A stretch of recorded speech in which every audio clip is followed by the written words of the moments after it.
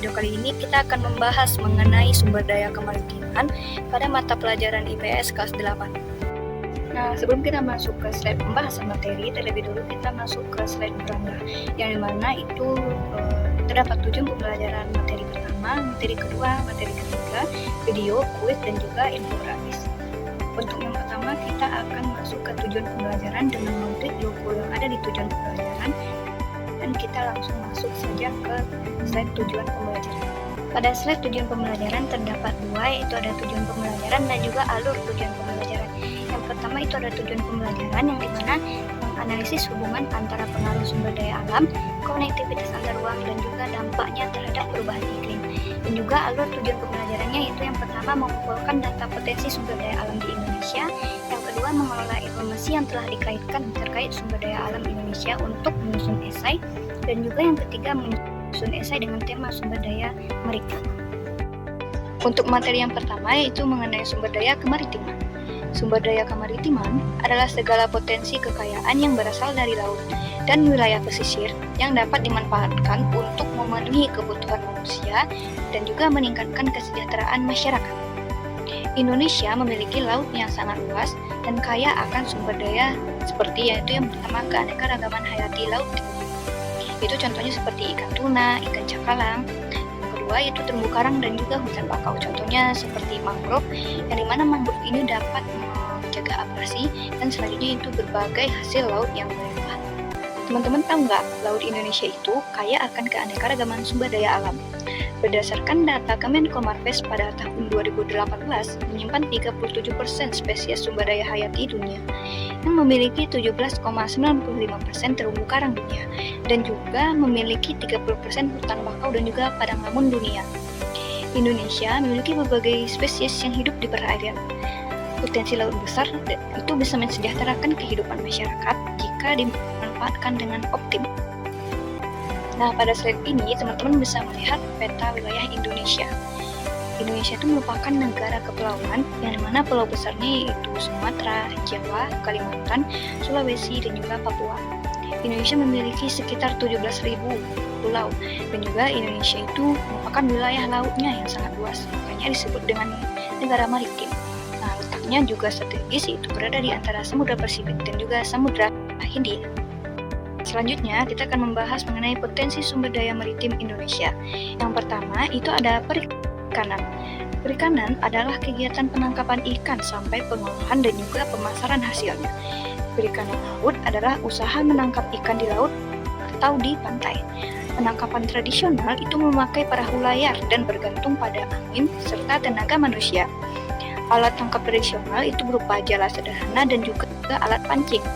Jangkauan dari hasil tangkapan tradisional itu masih terbatas, sedangkan penangkapan modern itu memakai kapal dengan peti pendingin, yang dimana peti pendingin ini bisa menjaga ikan agar tidak cepat busuk, dan juga nelayan bisa melaut sampai berhari-hari. Potensi sumber daya maritim Indonesia yang kedua itu ada wisata bahari. Wisata bahari mencakup pesisir, laut, dan juga pulau kecil. Aktivitasnya seperti berjemur, berenang, snorkeling, diving, memancing, dan juga fotografi bawah laut. Kendala utama yang dihadapinya adalah infrastruktur dan juga aksesibilitas yang terbatas, serta promosi wisatanya yang masih kurang secara kualitas maupun kuantitas. Tantangan lainnya adalah seperti sanitasi, kesehatan, dan juga sumber daya terampil yang masih terbatas. Dan juga pengelolaan wisata kelautannya yang masih perlu ditingkatkan. Potensi sumber daya maritim Indonesia yang ketiga itu ada energi laut. Energi kelautan disebut juga sebagai energi terbarukan. Jenisnya ada energi gelombang, energi pasang surut, energi arus laut, dan juga energi panas laut. Kelebihannya yaitu sumbernya cepat terbarukan secara alami, ramah lingkungan, dan juga tidak menghasilkan gas rumah kaca, serta memiliki kekurangan juga yaitu biaya investasi pengembangannya yang masih mahal. Selanjutnya, pembahasan mengenai pemanfaatan sumber daya alam. Yang pertama itu ada potensi sumber daya hutan seperti kayu jati, rotan, dan juga damar, yang dimana fungsinya yaitu sebagai paru-paru dunia dan juga penyeimbang iklim. Yang kedua, potensi sumber daya tambang. Contohnya seperti nikel, yang dimana nikel berfungsi sebagai bahan baku baterai. Indonesia itu merupakan produsen terbesar untuk bahan baku baterai. Dan Dan juga ada batu bara. Batu bara merupakan sumber energi pembangkit listrik. Selanjutnya ada minyak bumi dan juga gas, yang dimana merupakan kebutuhan industri dan juga transportasi.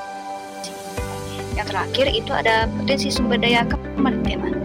Contohnya seperti perikanan, itu ada ikan tuna, cakalang, dan juga udang. Selanjutnya wisata bahari itu ada Raja Ampat, Bunaken, dan juga Wakatobi yang ada di Sulawesi. Pembahasan materi yang kedua yaitu mengenai konektivitas antar ruang. Konektivitas antar ruang adalah hubungan timbal balik antara satu wilayah dengan wilayah lainnya yang terjadi karena adanya interaksi. Nah, interaksi ini muncul akibat perbedaan potensi sumber daya alam, kondisi geografis, dan juga kebutuhan manusia di setiap daerah. Keterkaitan antar ruang ditandai dengan adanya perpindahan atau mobilitas, seperti yang pertama perpindahan barang atau perdagangan, yang kedua perpindahan manusia, transportasi atau migrasi, dan yang terakhir yaitu perpindahan informasi dan juga jasa. Nah, selanjutnya kita akan membahas mengenai faktor-faktor yang mempengaruhi konektivitas antar ruang. Yang pertama itu ada saling melengkapi. Saling melengkapi itu terjadi kalau dua wilayahnya punya kebutuhan dan juga kemampuan yang saling mengisi. Contohnya Jawa butuh bahan pangan, tetapi lahan pertaniannya itu terbatas. Nah, sementara Sulawesi memiliki lahan yang luas dan juga hasil pertanian yang berlimpah. Karena saling melengkapi, muncul perdagangan beras, jagung, sayur dari Sulawesi ke Jawa.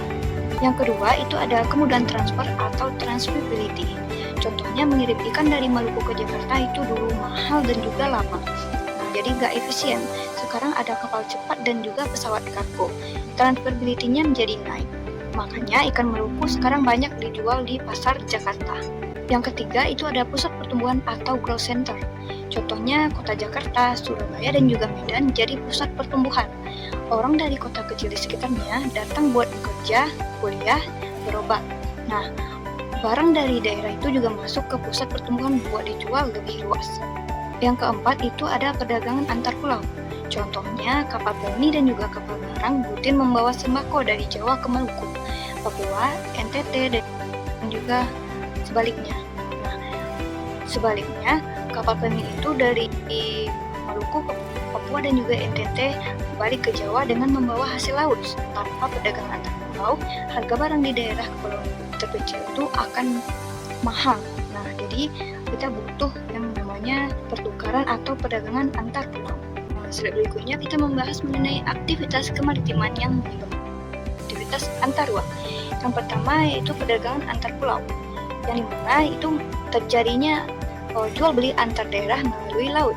Daerahnya saling bergantung memenuhi kebutuhan. Yang kedua yaitu ada transportasi laut, yang dimana perpindahan manusia dan barang antar pulau,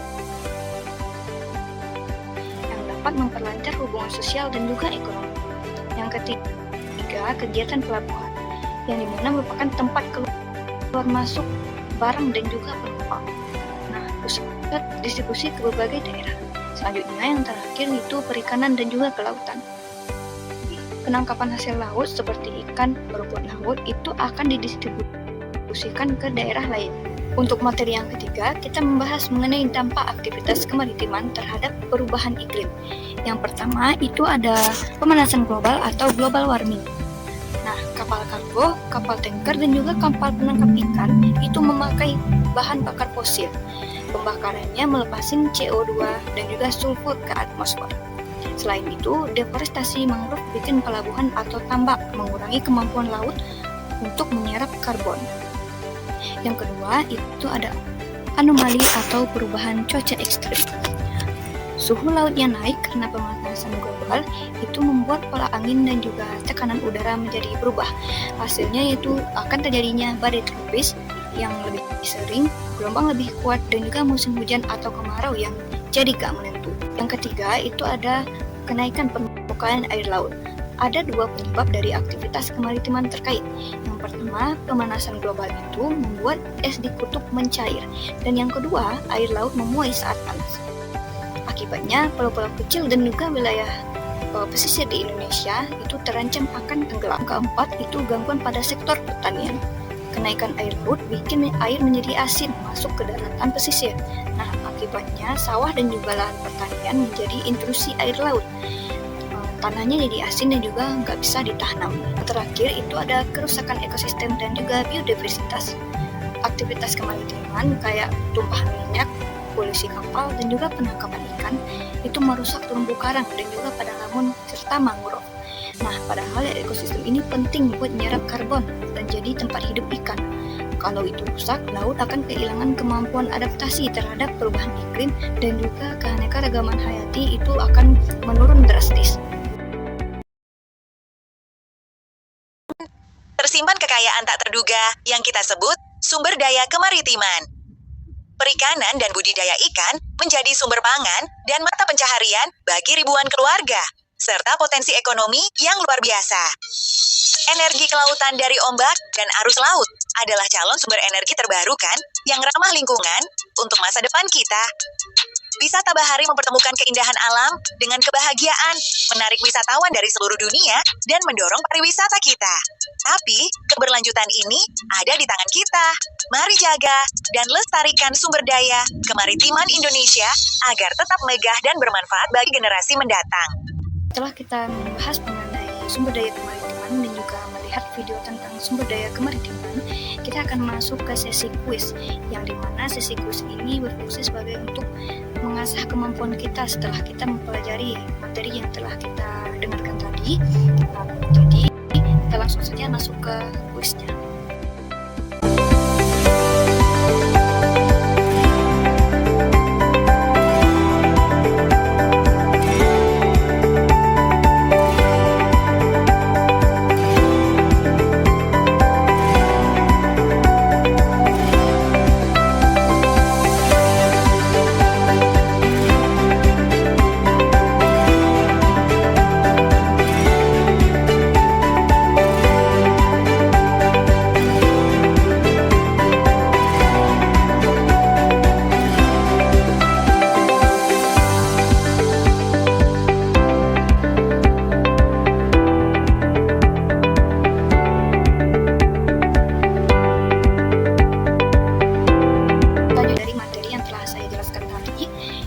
Kekayaan bahari Indonesia, potensi maritim untuk dunia. Indonesia, negara kepulauan luas dan juga strategis, adalah pusat keanekaragaman hayati laut dunia dengan potensi besar dalam perikanan, pariwisata, dan energi terbarukan untuk kesejahteraan rakyat. Nah, pilar utama sumber daya maritim yaitu yang pertama ada sektor perikanan modern, wisata bahari unggulan, energi terbarukan. Kekayaan hati global Indonesia yaitu rumah bagi 37% spesies dunia, benteng ekosistem pesisirnya yaitu 17,95% terumbu karang, 30% hutan bakau dan juga padang lamun dunia. Kesimpulan materi kita pada hari ini, Indonesia memiliki sumber daya kemaritiman yang sangat besar karena merupakan negara kepulauan dengan wilayah yang luas, meliputi perikanan, energi laut, dan juga wisata bahari. Melalui aktivitas kemaritiman seperti perdagangan antar pulau, transportasi laut, dan juga kegiatan pelabuhan, terjadi keterkaitan antar ruang yang membuat wilayah-wilayah di Indonesia saling terhubung dan juga saling bergantung. Namun, aktivitas tersebut juga dapat menimbulkan dampak negatif seperti pencemaran laut, kerusakan ekosistem, dan juga emisi gas rumah kaca yang berkontribusi terhadap perubahan iklim, sehingga diperlukan pengelolaan yang bijak dan juga berkelanjutan. Jadi itulah pembahasan kita mengenai sumber daya kemaritiman pada video kali ini. Semoga penjelasan yang saya jelaskan tadi itu dapat menambah wawasan bagi kita semua. Mohon maaf apabila ada kata-kata yang salah atau penyampaian saya yang salah. Saya akhiri dengan mengucapkan Assalamualaikum warahmatullahi wabarakatuh.